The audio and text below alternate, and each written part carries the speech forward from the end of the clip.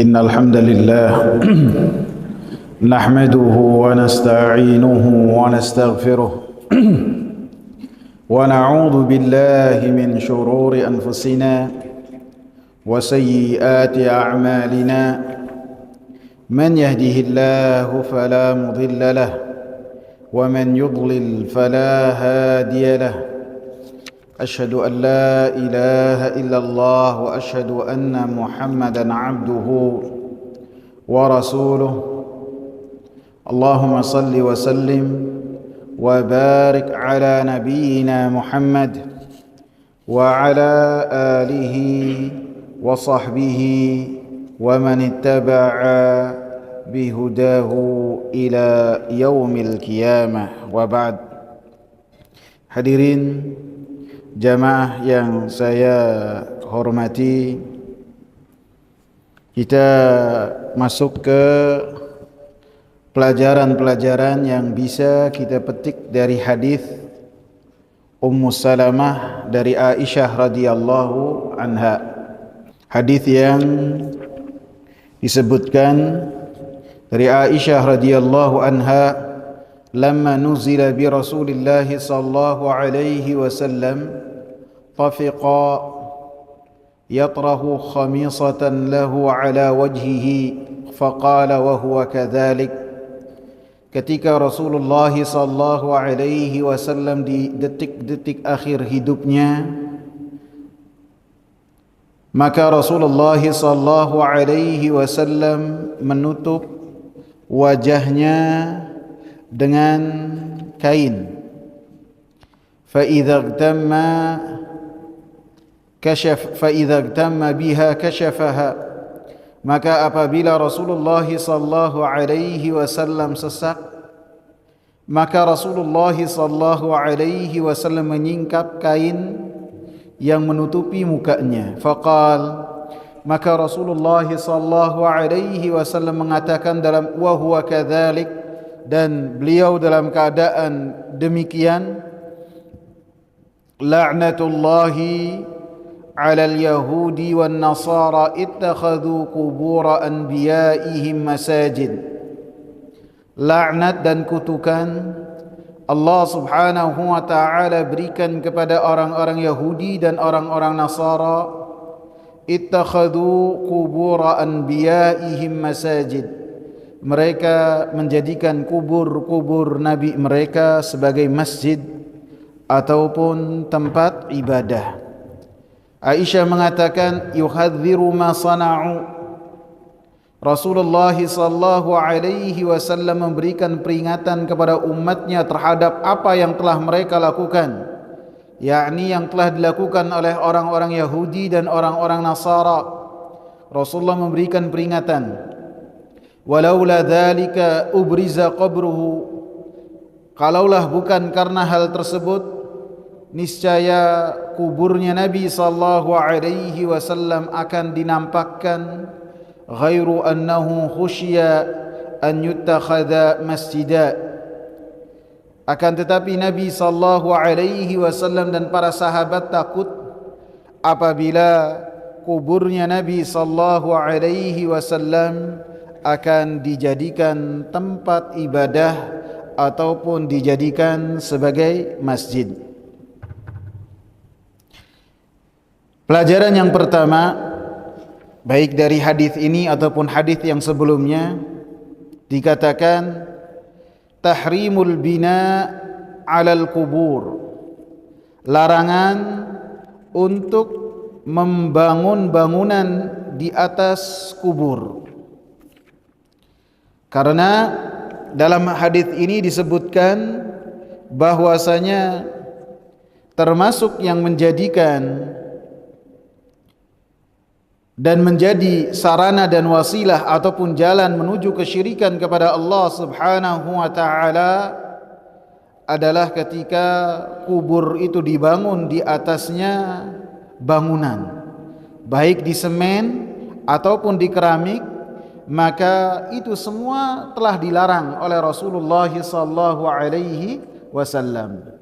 Dalam hadis Jabir, Rasulullah sallallahu alaihi wasallam katakan, naha Rasulullah sallallahu alaihi wasallam an yujassasa al-qabru wa an yuq'ada alaihi wa an yubna alaihi. Rasulullah sallallahu alaihi wasallam melarang untuk kubur itu disemen, kubur itu dibaguskan, ataupun kubur diduduki, wa an yubna alaih, dan kubur dibangun di atasnya sesuatu bangunan. Jadi kalau yujassas al-qabr, diberikan semen, dipermanenkan, wa an yubna alaihi, dan diberikan bangunan-bangunan, apapun itu bangunannya, baik rumah-rumahan, baik rumah kecil, ataupun kubah, ataupun masjid, apapun itu, maka itu semua dilarang. Dua hal ini adalah bentuk hulu terhadap kubur, dilarang, tidak boleh. Wa an yuq'ada alaihi, adapun menjadikan kubur sebagai tempat duduk, maka ini pun dilarang, karena ini adalah bentuk penghinaan terhadap kubur. Nanti akan kita bahas juga. Maka dalam hadis ini disebutkan dilarang untuk kubur itu dibangun di atasnya bangunan, ataupun diberikan kain, ataupun diberikan sesuatu yang menghiasi, yang membedakan dengan kubur-kubur yang lainnya.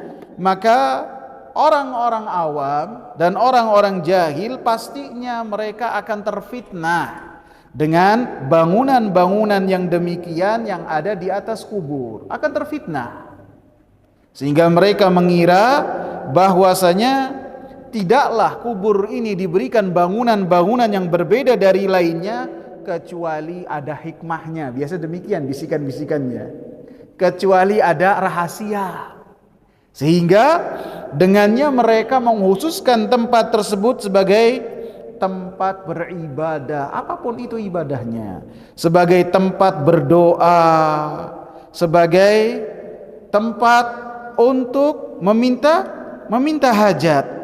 Maka itu semua tidak boleh, dan itu semua menjadikan kubur tersebut menjadikan fitnah, dan orang-orang yang jahil akan tertipu dengan itu semua, dengan penampilan yang ada di kubur. Sehingga ketika satu kubur yang lain berbeda bentuknya, berbeda wujudnya dengan kubur-kubur yang lain, maka akan hati-hati manusia akan condong ke dalam hal tersebut, dan dengannya manusia akan mendapatkan laknat dari Allah Subhanahu wa taala.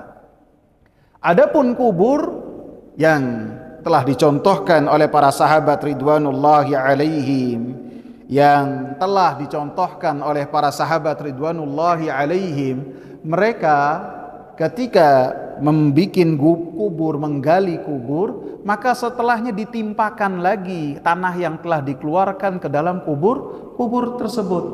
Dan ketika dikuburnya di pemakaman kaum muslimin. Tidak masing-masing tempat memiliki kubur keluarga, tidak.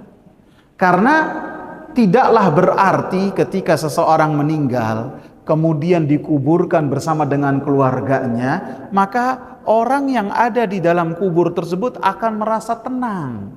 Tidak. Orang yang akan merasa tenang ketika meninggal dunia bukan ketika dia dikubur berdekatan dengan kerabat-kerabatnya, tidak. Seseorang akan mendapatkan ketenangan, kebahagiaan di kuburnya ketika amalan-amalan yang telah dia lakukan menemani orang yang ada di alam barzah ini. Adapun mau kuburnya di mana, maka itu sama saja. Lebih-lebih apabila meninggalnya di tempat yang jauh, kemudian ketika proses menuju kampung halamannya itu membutuhkan waktu yang lama, lebih-lebih sampai biaya yang sangat mahal, karena membawa orang yang telah meninggal dunia itu lebih mahal daripada membawa orang hidup. Betul enggak? Dari yang dicontohkan oleh para sahabat ridwanullahi alaihim, mereka tidak takalluf, membebani diri mereka ketika mengubur jenazah. Sehingga apabila ada yang meninggal, maka mereka kubur, pun ketika dikuburkan di pemakaman umum, dan di Madinah adanya di pemakaman baki. Dan ketika berada di pemakaman baki, maka tidak boleh dibangun apapun bangunannya. Tidak boleh. Ini pada zaman sahabat, pada zaman tabi'in, tidak boleh. Bahkan tidak boleh dikasih nama. Tidak boleh diberikan sesuatu yang berbeda dengan yang lainnya. Bahkan ketika tingginya berbeda dari yang lainnya, maka itu pun langsung harus diratakan, disamakan dengan yang lainnya. Tidak boleh lebih tinggi dari yang lainnya. Jadi jangankan kubah yang menjulang tinggi, jangankan pagar yang kokoh, untuk tanah yang dikembalikannya lebih banyak daripada yang lainnya, maka Rasulullah sallallahu alaihi wasallam langsung mengingatkan kepada Ali radhiyallahu anhu, la tada' qabran musyrifan illa sawaitahu. Tidaklah engkau dapati kubur yang berbeda dengan yang lainnya, lebih tinggi dari yang lainnya. Ini lebih tinggi bisa jadi 1 jengkal, bisa jadi lebih tingginya setengah jengkal, bukan lebih tingginya 4 meter 5 meter, enggak. Ini bisa jadi lebih tingginya setengah jengkal 1 jengkal. Maka Rasulullah sallallahu alaihi wasallam mewasiatkan kepada Ali radhiyallahu anhu, dan ini wasiat juga untuk kita semua, illa sawaitahu, kecuali engkau ratakan dengan yang lainnya, sehingga satu kubur dengan yang lainnya tidak menarik perhatian yang lain, sama dengan yang lainnya, sehingga tidak akan terjadi fitnah. Tidak akan terjadi bahwasanya seseorang hatinya akan condong kepada kubur tersebut. Lebih-lebih dikasih nama, dikasih embel-embel, dikasih julukannya apa, maka titelnya apa, maka ini lebih dilarang lagi. Jadi akan kita bahas nanti bahwasanya agama Islam itu agama pertengahan. Tidak berbuat berlebih-lebihan kepada kubur dan tidak pula menghinakan kepada pemakaman, akan tetapi berada di tengah-tengah. Pelajaran yang kedua, di dalam hadis ini ada larangan ibadah di sisi kubur. Jadi larangan ibadah di sisi kubur ini tidak ada hubungannya dengan poin yang pertama. Artinya, walaupun kubur itu tidaklah dibangun, tidaklah dibikin menjadi sesuatu yang menarik bagi mata orang lain, ketika satu kubur dijadikan masjid, tempat ibadah, maka itu adalah hal yang dilarang. Ingat, tempat ibadah yang kita jadikan bahwasanya masjid itu, kubur itu dijadikan sebagai masjid. Yang pertama sholat di atasnya, yang kedua sholat menghadap kuburan, yang ketiga sholat di pemakaman, yang keempat orang yang meninggal dunia dikubur di masjid, yang kelima kubur, atau yang kelima apa? Kuburan kemudian dibangun di atasnya masjid. Ini termasuk lima larangan. Dan ini adalah sesuatu yang dilarang dengan larangan yang sangat keras sekali, sehingga dilarang, haram, termasuk dosa besar, dan akan menjerumuskan kepada kesyirikan kepada Allah Subhanahu wa taala ketika seseorang beribadah di sisi kubur, apapun ibadahnya, ataupun di masjid yang masjidnya itu ada kuburnya. Tidak boleh ibadah apapun juga, baik dengan berdoa, baik juga dengan melaksanakan sholat, ataupun melakukan sesembelihan, ataupun menunaikan nazar, ataupun membaca Al-Quran, ataupun bersedekah. Maka itu semua tidak boleh untuk dilakukan di kuburan, tidak boleh. Baik itu kuburnya di dalam masjid, ataupun masjid dibangun di atasnya kubur, ataupun di pemakaman atau dikubur satu kubur, maka itu tidak boleh, dilarang dengan larangan yang sangat keras. Bahkan Nabi sallallahu alaihi wasallam menyatakan bahwasanya siapa yang melakukan hal tersebut akan mendapatkan laknat dari Allah Subhanahu wa ta'ala, seperti sebagaimana Allah Subhanahu wa ta'ala melaknat orang-orang Yahudi dan orang-orang Nasara karena melakukan hal-hal tersebut. Bahkan para sahabat ridwanullahi alaihim, mereka tidaklah pernah ketika beribadah mereka bolak-balik ibadahnya di sisi kuburnya Nabi sallallahu alaihi wasallam. Tidak pernah melakukan hal-hal tersebut. Bahkan mereka tidak pernah datang ke kuburnya Nabi sallallahu alaihi wasallam untuk melakukan ibadah-ibadah tertentu, tidak. Bahkan seperti yang saya sudah sebutkan, orang yang dekatnya dari Aisyah radhiyallahu anha, ketika dia tumbuh besar di rumahnya Aisyah radhiyallahu anha, tidak pernah tahu di mana kuburnya Nabi sallallahu alaihi wasallam, sehingga setelah dia dewasa bertanya kepada ibunda Aisyah radhiyallahu anha, di mana kuburnya Nabi dan di mana kuburnya Abu Bakar dan Umar. Kemudian ditunjukkan oleh Aisyah. Itu menunjukkan bahwasanya para sahabat tidaklah memiliki perhatian khusus terhadap kuburnya Nabi sallallahu alaihi wasallam. Dan ini adalah hasil dari didikan Nabi sallallahu alaihi wasallam kepada para sahabat. Para sahabat tidak pernah berkumpul di kuburnya Nabi dalam momen-momen tertentu, tidak pernah. Karena Rasulullah telah berdoa, Allahumma la taj'al qabri 'ida. Ya Allah, janganlah jadikan kuburku itu sebagai tempat berkumpul ibadah musiman. Ini Rasulullah sallallahu alaihi wasallam berdoa di akhir hayatnya. Sehingga para sahabat tidak pernah melakukan sesuatu ibadah apapun di kuburnya Nabi sallallahu alaihi wasallam.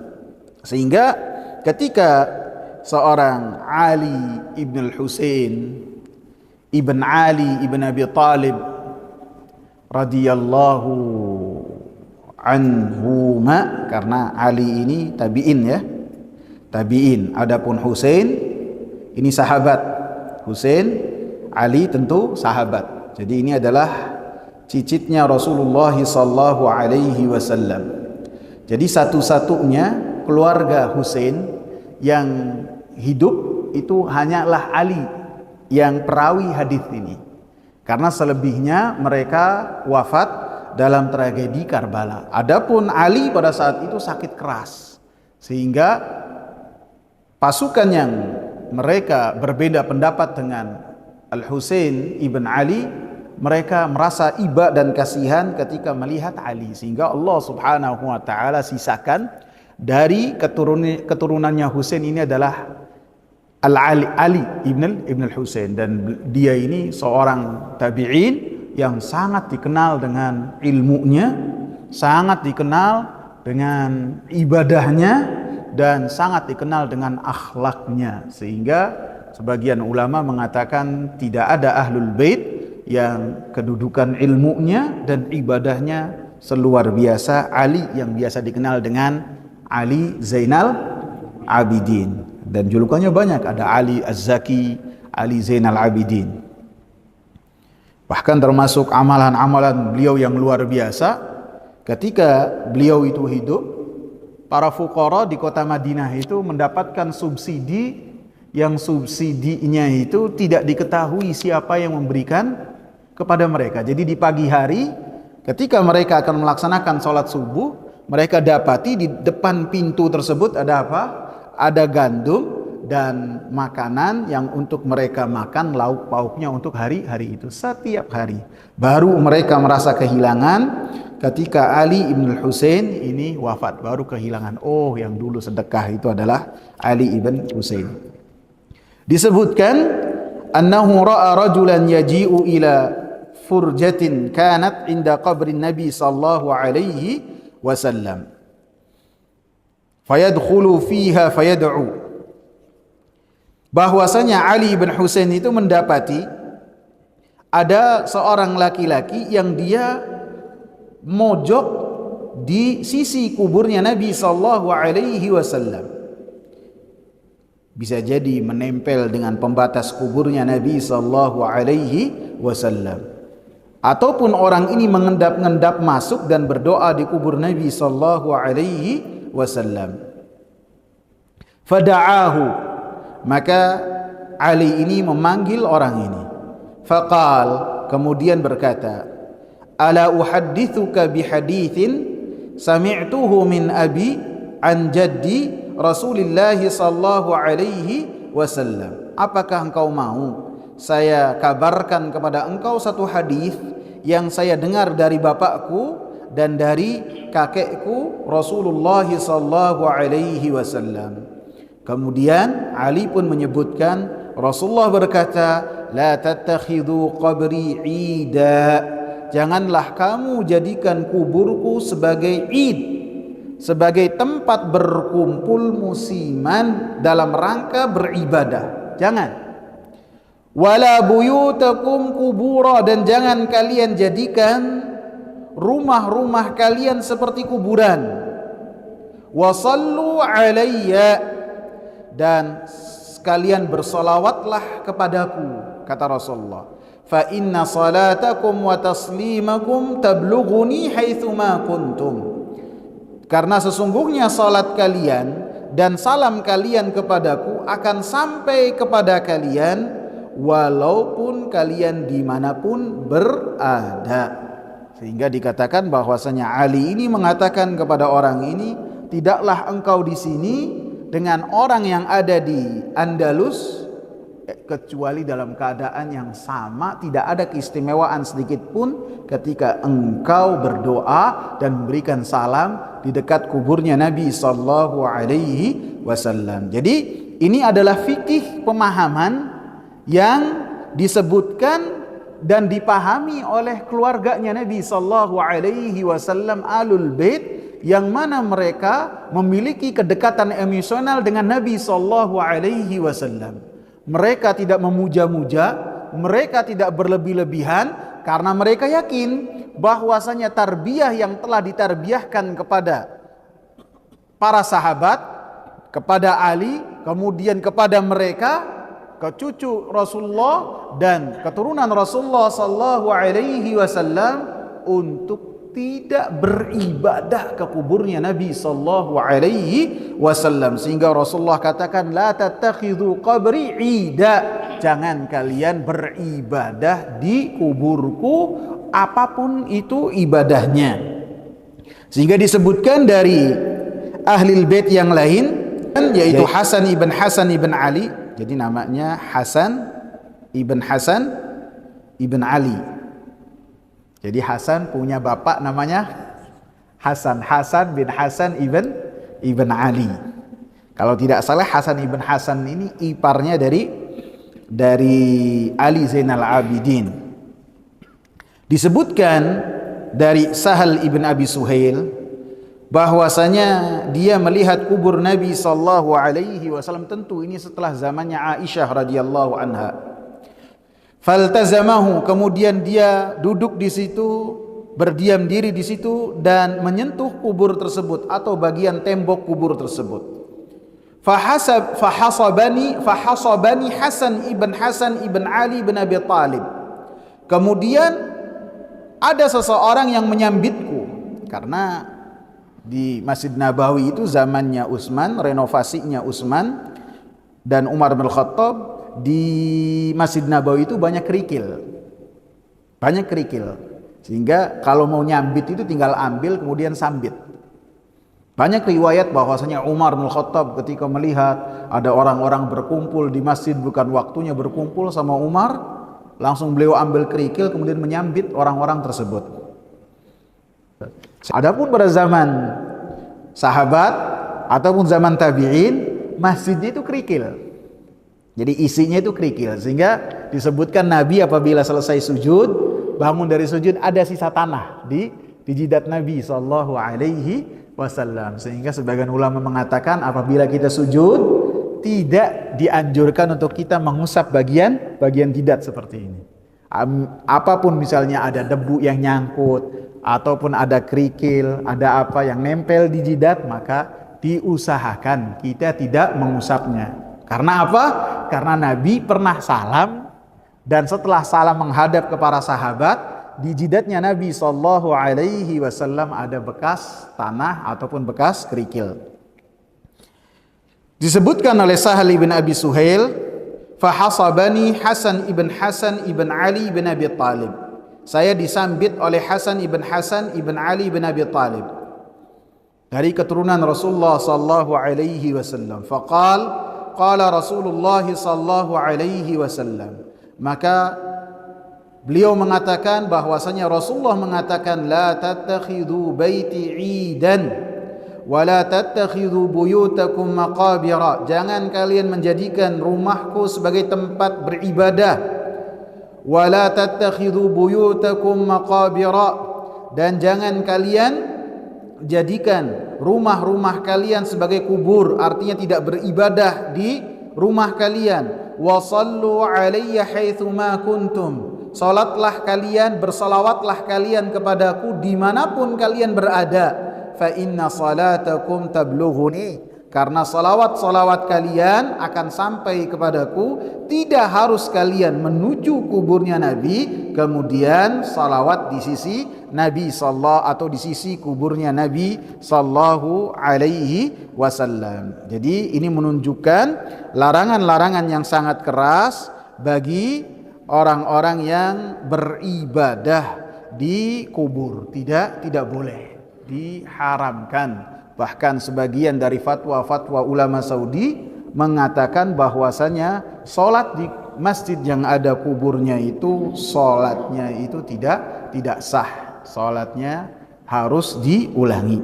Sehingga kitab yang saya bacakan ini adalah kitab yang telah ditulis oleh Al-Imam Muhammad Nasiruddin Al-Albani rahimahullah. Termasuk kitab pertama yang beliau tulis. Judulnya Tahdhirus Sajid min ittikhadil quburi masajid. Memberikan peringatan kepada orang yang salat dari menjadikan kubur-kubur sebagai masjid. Di halaman 8 beliau menyebutkan, setelah beliau menyebutkan apa sih menjadikan kubur sebagai masjid, apa ketentuannya, maka beliau mengatakan, wa inni athartul bahtha fihima. Saya membahas tentang menjadikan kubur sebagai tempat beribadah dan memperbanyak pembahasan di dalamnya, lianna ba'dhan nasi khadu fihima bighairi ilm. Karena sebagian manusia membahas tentang hal tersebut tanpa ilmu. Wa qalu ma lam yaqulhu man qablahum alimun. Sebagian mereka berkata tentang menjadikan kubur sebagai masjid dengan perkataan-perkataan yang tidak pernah dikatakan oleh orang-orang alim sebelumnya. Wala siyama wa aktsarun nasi la ma'rifata indahum fihi mutlaqa. Lebih-lebih sebagian manusia tidak mengetahui sedikit pun tentang permasalahan ini sedikit pun. Fahum fi ghaflatin anhu sahuna walil haqqi jahilun. Maka sebagian besar manusia lalai terhadap pembahasan ini. Kenapa beliau membahas hal ini? Beliau katakan sebagian manusia lalai. Walil haqqi jahilun, dan mereka pun di dalam permasalahan ini dalam keadaan jahil, bodoh. Jadi ada orang-orang yang jahil yang membahas sehingga perkataannya tidaklah dikatakan oleh ulama sebelumnya. Kemudian manusia pun tidak memperhatikan permasalahan ini, menganggapnya sebagai suatu hal yang biasa. Ditambah lagi yang ketiga, sebagian besar manusia jahil dalam permasalahan ini, padahal permasalahan yang besar. Wa yuda'imuhum fi dzalika sukutul ulama anhum. Dan yang menjadikan hal ini lebih parah lagi adalah orang-orang ahli ilmu, mereka diam terhadap permasalahan yang sangat fatal ini, yang Rasulullah sallallahu alaihi wasallam memperhatikan dengan perhatian yang luar biasa. Para ahli ilmu, orang-orang yang mengetahui ilmu, mereka diam, tidak membahasnya. Illa man sya'allahu wa qalilun mahum. Kecuali orang-orang yang sedikit dari mereka, dan ini kecuali orang-orang yang mereka sedikit membahas tentang hal ini. Kenapa ahli ilmu diam? terhadap pembahasan ini, bahkan sebagian mereka sholat di tempat yang ada kuburnya, di masjid yang ada kuburnya. Kenapa? Khaufan minal ammah. Terkadang mereka takut terhadap orang-orang awam, takut dibenci. Au mudahanatan lahum fi sabilil hifadhi ala manzilatihim fi sudurihim. Ataupun mereka dalam hal ini mereka bermudahana, berpura-pura ataupun tidak berani tegas dalam permasalahan ini supaya menjaga kedudukan mereka di hati masyarakat, yang mana masyarakat itu jahil dalam permasalahan ini.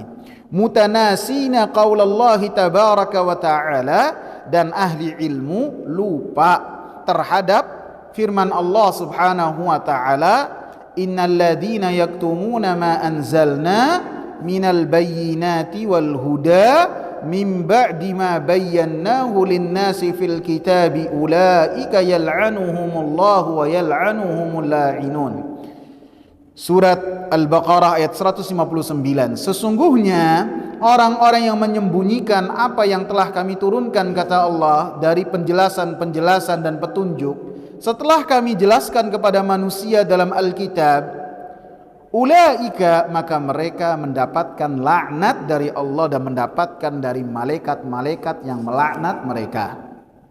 Dan Rasulullah sallallahu alaihi wasallam pun mengatakan, man katama ilman aljamahu Allahu yaumal qiyamati bilijamin min nar. Siapa yang menyembunyikan ilmu, apapun faktornya, apapun sebabnya, ditanya kemudian dia menjawabnya sesuai dengan selera, ataupun menjawabnya karena nggak enak hati, ataupun dalam rangka menjaga perasaan orang-orang yang bermaksiat kepada Allah, lebih-lebih yang berkaitan dengan kesyirikan kepada Allah, aljamahullahu yaumal qiyamati bilijamin min nar. Maka Allah subhanahu wa ta'ala akan memberikan pengikat di wajahnya pada hari kiamat dari ikat kendali dari api neraka. Jadi wajahnya akan diberikan ikat kendali seperti kuda, akan tetapi dari api neraka.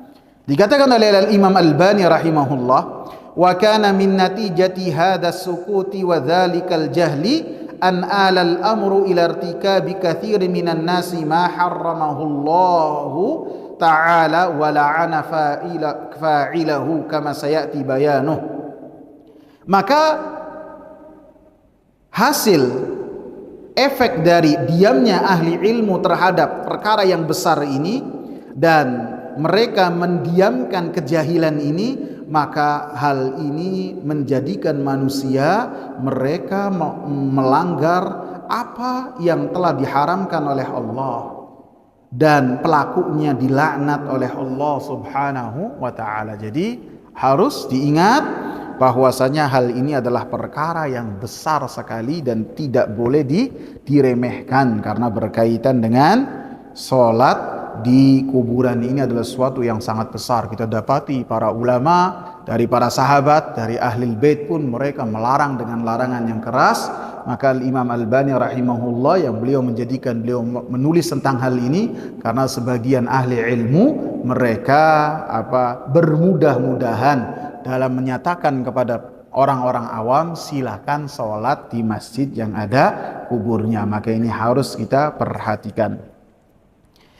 Karena yang berkaitan dengan kubur itu petunjuk Nabi sallallahu alaihi wasallam yang berkaitan dengan kubur, bukan kita itu salat dan ibadah, bukan. Akan tetapi kubur itu hanyalah untuk kita berziarah kepadanya. Berziarah tentu dengan ketentuan tidak melakukan rihlah, tidak melakukan safar, tidak melakukan perjalanan dari sini melakukan safar, kemudian di safar tersebut kita singgah ataupun ziarah ke kuburan, baik kuburan siapapun itu, maka itu tidak boleh, karena Rasulullah katakan la yushaddur rihal illa ila thalathati masajid. Tidak boleh melakukan perjalanan dalam rangka ibadah kepada Allah kecuali ketiga tempat saja, ke Masjidil Haram, ke Masjid Nabawi, dan ke Masjidil Aqsa. Adapun selainnya tidak boleh untuk melakukan perjalanan dalam rangka ibadah. Adapun ziarah kubur maka dibolehkan ketika kita dalam rangka memberikan salam kepada orang-orang yang telah meninggal dunia yang di pemakaman. Kemudian kita mendoakan untuk mereka supaya mereka mendapatkan maghfirah, mendapatkan rahmat. Ini secara umum.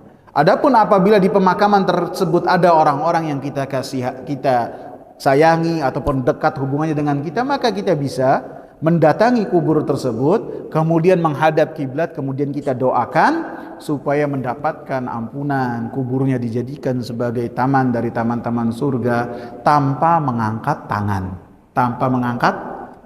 Akan tapi ketika berdoa kita menghadap ke kiblat, tidak menghadap ke kubur. Anggaplah ini kubur, ya. Kemudian ketika kiblatnya ke arah ke barat, maka jangan kita ketika berdoanya kita demikian. Bukan. Baik dengan mengangkat tangan ataupun tidak.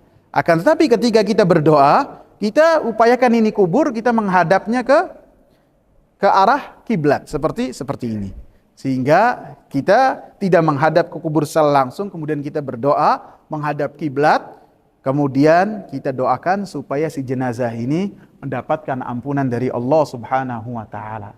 Dan sebutkan oleh sebagian ulama termasuk Syekh Ali bin Abdul Aziz Asy-Syibl, beliau mengatakan tidak mengangkat tangan ketika berdoa untuk si mayit. Posisi jongkok ahsannya nggak usah ya, ditakutkan seakan-akan kita mendekati posisi sujud ataupun ruku. Dianjurkan untuk berdiri saja. Dan ketika berdoa pun berdoanya tidak usah lama-lama, tidak usah membaca Al-Quran, akan tapi berdoa saja. Ya Allah ampuni, ya Allah jadikan kuburnya sebagai taman-taman surga. Walaupun ketika kita berdoa di pemakaman dan berdoa di masjid, lebih baik ketika kita berdoa di masjid. Walaupun tanpa kita melihat pemakaman tersebut. Seperti yang saya sebutkan, Islam yang berkaitan dengan kubur itu di tengah-tengah, tidak menghinakan, tidak juga berlebih-lebihan. Menghinakan itu seperti apa? Dijadikan pemakaman sebagai tempat gembala, ya.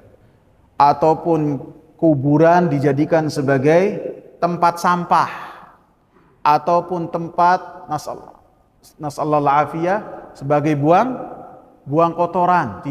Tidak boleh itu semua.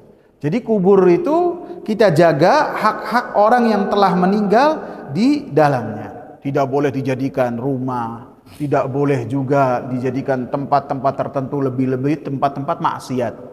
Tempat-tempat maksiat seperti apa? Mungkin ya berkhalwat juga, ataupun sebagian ada yang bermain judi di kuburan. Mungkin zaman saya kecil kuburan kan gelap. Sekarang kuburan sudah ada lampu, jadi terang benderang. Jadi Islam dalam berkaitan dengan kuburan tidak boleh menghinakan kuburan. Ada kuburan diinjak. Rasulullah sallallahu alaihi wasallam melarang keras. Ada kuburan didudukin, maka itu tidak boleh. Akan tapi dan tidak boleh juga dimuliakan berlebih-lebihan sehingga ada pengkultusan, maka itu pun dilarang.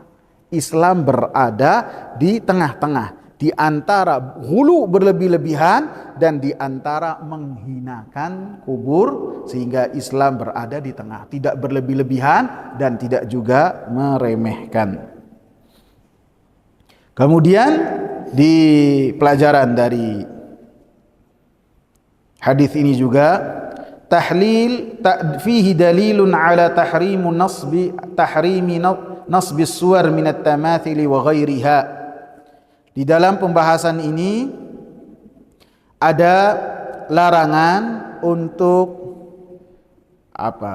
mendirikan dan membikin patung-patung ataupun gambar-gambar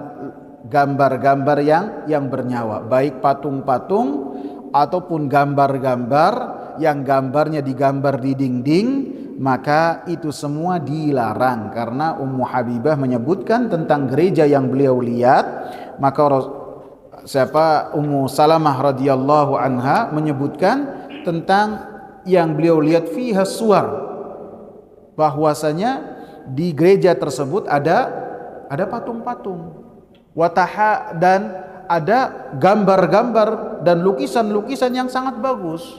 Karena orang Nasara menggambar nabi mereka, walaupun ketika bukan nabi ya, mereka meyakininya sebagai Tuhan ataupun anak Tuhan, ataupun satu di antara tiga atau tiga di antara tiga, karena Allah menyebutkan tentang keyakinan ini yang diyakini oleh orang-orang Nasara dalam surat Al-Maidah. Maka orang-orang Nasara mereka menggambar patung, baik patung yang ada di salib ataupun patung yang ada di gereja, ataupun lukisan-lukisan yang mereka yakini yang berkaitan dengan nabi mereka, maka itu semua akan menghantarkan ke dalam kesyirikan kepada Allah Subhanahu wa taala. Sehingga ini menjadi pelajaran buat kita, jangan bermudah-mudahan dengan patung, jangan bermudah-mudahan dengan gambar-gambar, dengan foto-foto, dengan lukisan-lukisan, siapapun itu. Ditakutkan terjadi seperti apa yang terjadi pada zamannya Nabi Nuh alaihi salam, yang sudah kita ulang berkali-kali tentang pelajaran tersebut. Yang keempat, bahwasanya fihi dalil ala anna an-niyyata salihata la tusawwighu al-amal as-sayyi. Di dalam hadis-hadis ini dalil bahwasanya niat yang baik tidak akan menjadikan amal yang jelek itu menjadi sesuatu yang baik. Jadi orang kan kebanyakan mengatakan yang penting niatnya, tidak bisa. Sesuatu yang buruk, sesuatu yang haram, sesuatu yang dilarang oleh Allah Subhanahu wa taala tidak akan berubah hukumnya walaupun seseorang melakukan dengan niat-niat yang baik. Karena dalam dua hadis ini disebutkan bahwasanya mereka tidaklah melakukan membikin patung, membikin gambar, membikin lukisan, tidaklah melakukan itu semua kecuali dengan niat-niat yang baik. Niat yang baik yang pertama supaya mengingatkan atau senantiasa ingat ketekunan ibadah orang-orang soleh yang telah meninggal dunia. Sehingga maksudnya apabila mereka lihat fotonya, mereka lihat patungnya, mereka akan terlecut untuk beribadah yang lebih baik dari apa yang ada di atasnya keadaan mereka. Ataupun ketika mereka membuat patung dan gambar tersebut dalam rangka mereka memuliakan orang-orang saleh, seperti yang sudah kita bahas, memuliakan orang saleh ataupun ahli ilmu dianjurkan. Mereka memiliki keinginan untuk memuliakan orang-orang saleh, akan tetapi caranya salah, sehingga niat yang baik tidak merubah suatu hukum. Ataupun ketika mereka melakukan hal tersebut dalam rangka supaya takhlidan li dzikrahum, supaya senantiasa orang-orang ataupun manusia-manusia sudah mereka ingat tentang orang-orang soleh tersebut. Akan tetapi itu semua tidaklah membenarkan apa yang mereka lakukan, akan tetapi menjadikan mereka melakukan kesyirikan kepada Allah Subhanahu wa ta'ala. Dan agama yang mulia ini senantiasa menutup jalan yang akan menghantarkan pelakunya ke dalam kesyirikan kepada Allah Subhanahu wa ta'ala, apapun itu niatnya. Maka oleh Rasulullah senantiasa diingatkan bahwasanya hal tersebut adalah hal yang berbahaya. Pelajaran yang kelima,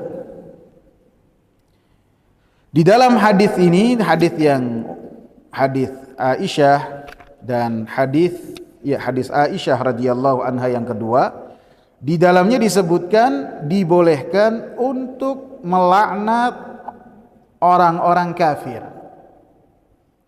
ataupun pelaku dosa-dosa besar. Karena Rasulullah sallallahu alaihi wasallam menyebutkan dalam hadis ini, la'natullahi 'alal yahudi wan nasara.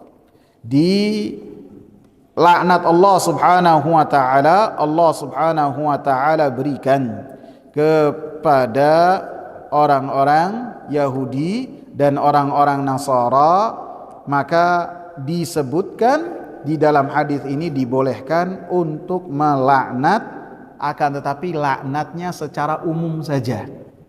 Orang-orang kafir mendapatkan laknat dari Allah, maka itu boleh. Adapun secara umum, secara ta'yin, kita menyebutkan si fulan bin fulan yang orang kafir kita laknat, maka itu ada khilaf di kalangan ulama. Jadi kalau kita melaknatnya secara umum itu boleh. Kita katakan la'natullah 'alal yahud, la'natullah 'alal kafirin, boleh. Akan tetapi apabila kita sebut nama-namanya perorangan, maka itu tidak dianjurkan, walaupun ada khilaf, ada yang membolehkan, ada juga yang melarang.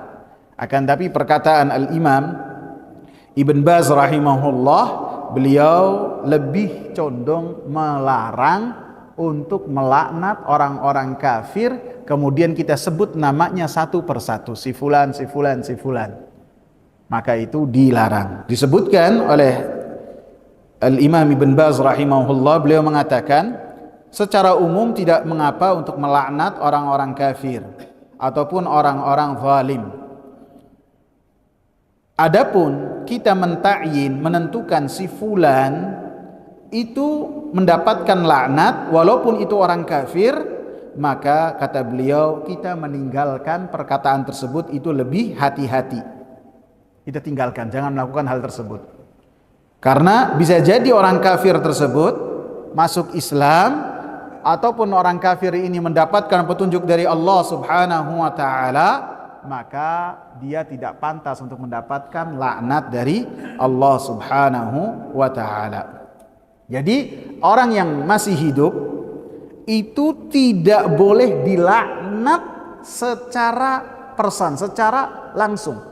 Ente mendapatkan laknat atau si fulan bin fulan dilaknat oleh Allah, maka itu tidak boleh walaupun dia itu orang kafir, tidak boleh. Bisa jadi dia masuk Islam, dan bisa jadi dia mendapatkan petunjuk dari Allah Subhanahu wa taala. Kemudian kata Al-Imam Ibn Baz, illa idza kana ma'rufan bisyarri wal fasadi 'alal muslimin. Kecuali si kafirnya itu dikenal dengan perbuatan jelek dan melakukan kerusakan dan kezaliman kepada orang-orang Islam, maka dibolehkan kita melaknat orang tersebut walaupun menunjuk langsung dengan namanya, boleh. Karena dalilnya Rasulullah sallallahu alaihi wasallam melaknat beberapa orang dari orang-orang kafir Quraisy, dan Rasulullah sallallahu alaihi wasallam sebut namanya perorangan, si fulan bin fulan, si fulan bin fulan, bin fulan bin fulan, karena kufurnya mereka dan karena pembangkangan mereka dan kezaliman mereka yang sangat besar kepada Nabi dan kepada para sahabat. Dalam hadis ini juga dilarang keras untuk kita menyerupai orang-orang Yahudi dan orang-orang Nasara. Jadi bertasyabbuh dengan orang-orang Yahudi, dengan orang-orang Nasara, maka kita dilarang. Lebih-lebih yang berkaitan dengan akidah, lebih-lebih yang berkaitan dengan cara ibadah. Maka ketika beribadah haruslah kita memahami bagaimana cara ibadah dalam agama kita, sehingga jangan sampai menyerupai apa yang dilakukan oleh orang-orang dari ahlul kitab. Sebagian orang ketika berdoa, saya lihat berdoanya dengan cara begini. Anda pernah lihat nggak? Pernah lihat nggak? Ini ibadahnya orang-orang Nasara ketika berada di gereja, dan ini cara berdiam dirinya syaitan, tangannya itu demikian. Maka ini tidak boleh. Ini ibadah yang biasa dilakukan oleh mereka. Kita berdoa dengan Mengangkat kedua tangan kita menghadap kiblat. Sebagian orang ketika menyesal, ketika bertaubat dengan cara apa? Menggunduli kepala-kepala mereka. Maka ini tidak boleh. Ini keyakinan yang dilakukan oleh agama apa? Hindu apa Buddha itu? Shaolin. Buddha ya? Iya. Yang ingin masuk ke kesucian hati, untuk masuk ke supaya lepas dari dosa-dosa mereka, caranya menggundulkan. Maka tidak ada dalam syariat Islam ini. Syariat Islam memerintahkan kita untuk memuliakan rambut. Dimuliakan, rambut dimuliakan semampu kita. Dan tidak ada ibadah yang berkaitan dengan mencukur dan memangkas rambut kecuali ketika kita tahallul dalam haji ataupun dalam umrah. Selebihnya tidak ada. Orang sedih kemudian pangkas rambut sampai habis rambutnya. Ibadah demikian yang berkaitan dengan rambut hanya dalam manasik haji dan manasik umrah. Selebihnya tidak ada. Kemudian pelajaran yang ketujuh, bahwasanya orang-orang yang membangun kubur dan menghiasi kubur dengan apapun juga, dan orang-orang yang mereka beribadah di sisi kubur, melakukan perjalanan atau pergi ke kuburan untuk beribadah kepada Allah Subhanahu wa taala, Rasulullah sallallahu alaihi wasallam memvonis mereka dengan apa? Ulaika syirarul khalqi indallah. Mereka adalah makhluk-makhluk yang sangat jelek di sisi Allah. Sehingga tidak ada orang yang lebih jelek daripada mereka yang beribadah di sisi kubur. Siapa yang menyebutnya? Siapa? Siapa yang menyebutnya? Siapa yang vonisnya? Rasulullah, bukan saya. Siapa yang menyebutnya? Siapa? Rasulullah katakan, ulaika syirarul khalqi indallah. Mereka adalah manusia, makhluk yang jelek di sisi Allah. Jadi makhluk yang jelek adalah mereka para pencari kubur, kemudian mereka beribadah di kubur tersebut, kemudian berupaya untuk membangun kubur tersebut, maka Rasulullah memvonis mereka sebagai makhluk jelek di sisi Allah Subhanahu wa taala, sehingga kemaksiatan yang mereka lakukan lebih jelek daripada maksiat apapun. Orang ketika melakukan zina kita jijik enggak? Jijik ini. Orang ketika minum khamr kita takut enggak? Khamr dosa besar. Orang ketika melakukan riba kita tahu ini adalah suatu yang dosa. Akan tapi Rasulullah memvonis bahwasanya orang-orang yang melakukan ibadah tersebut lebih jelek daripada pezina, lebih jelek daripada tukang minum khamr, lebih jelek daripada apa? Daripada orang-orang yang mereka melakukan riba, lebih jelek daripada dosa apapun, walaupun penampilan mereka agamis. Walaupun penampilan mereka menunjukkan rasa zuhud terhadap dunia, walaupun mereka setiap hari menangis, walaupun mereka ibadahnya luar biasa, akan tetapi Rasulullah sallallahu alaihi wasallam memvonis apa? Makhluk yang paling jelek, sehingga kemaksiatan mereka ini adalah kemaksiatan yang sangat jelek. Yang lebih jelek dari kemaksiatan apapun, karena ini awal terjadinya kesyirikan di muka bumi. Jadi ini kita harus hati-hati. Tidak boleh meremehkan, lebih-lebih apabila kita menjadi panutan. Hati-hati, jangan bermudah-mudah. Harus kita ingat, ini adalah manusia yang paling jelek. Ada larangan untuk beribadah di tempat-tempat tersebut. Wallahu ta'ala a'lam. Silakan kalau ada yang ditanyakan. Siapa dulu nih? Ya, silakan. Makna tadi yang dijelaskan Ustaz masalah laknat Allah itu, maknanya artinya apa Ustaz? Laknat. Iya. Dan dalam segi hukum agamanya itu. Laknat dijauhkan dari rahmat Allah.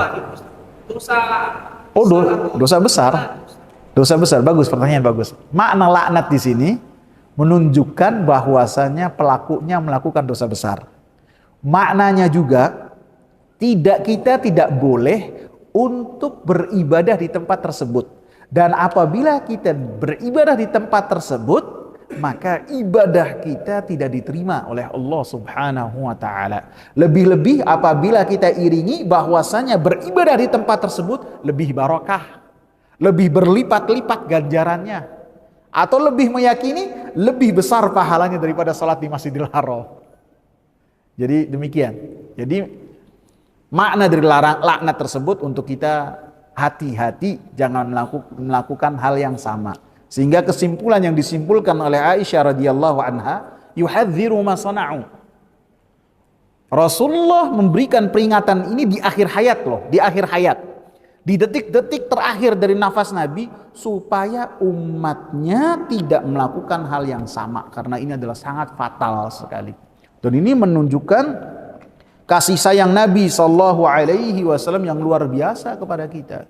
Dalam keadaan susah, dalam keadaan yang dikatakan beliau dalam keadaan sakarat, yang Rasulullah ketika menutup mukanya dengan kain, beliau merasa sesak, beliau masih mengingatkan kepada umatnya jangan sampai melakukan kesyirikan, dan kesyirikan yang beliau takutkan manusia berbondong-bondong beribadah kepada kubur Nabi SAW yang mana ajal Nabi sudah ada di depan mata Nabi. Artinya jika saya mati, jangan kalian jadikan kubur saya itu sebagai tempat ibadah. Jangan kalian sholawat di tempat kubur saya. Jangan kalian salam di kubur saya. Kalian salam dimanapun, di bagian belahan bumi manapun, kata Rasulullah akan sampai ke saya, kata Nabi SAW. Gitu barakallahu fikum, pertanyaan bagus. Silakan. Kaitan dengan sholat jenazah di kuburan. Kalau jenazahnya sudah dikuburkan, Iya. maka itu artinya dilakukan. Maksud apa? Itu apa? Sholat jenazah di kuburan. Apakah diawajibkan untuk menjadi ibadah di kuburan? Iya. Salat jenazah di kuburan apakah tidak dikhawatirkan termasuk ibadah di kuburan? Maka jawabannya adalah yang melarang hal tersebut yakni Nabi SAW untuk salat di kuburan itu telah mencontohkan bahwasanya Nabi SAW salat jenazah di kuburan, sehingga para ulama mengatakan bahwasanya salat jenazah itu termasuk pengecualian. Satu. Yang kedua, sholat jenazah itu namanya saja sholat, akan tetapi beda dengan sholat yang lainnya. Karena pada hakikatnya sholat jenazah itu kita mendoakan si mayit. Karena sholat jenazah tidak ada ruku dan tidak ada sujud, sehingga hal tersebut hukumnya lebih diringankan, dibolehkan. Gitu Pak Fauzan. Cukup ya? Semoga bermanfaat. Subhanakallahumma bihamdika asyhadu an la ilaha illa anta astaghfiruka wa atubu ilaik. Assalamualaikum warahmatullahi wabarakatuh.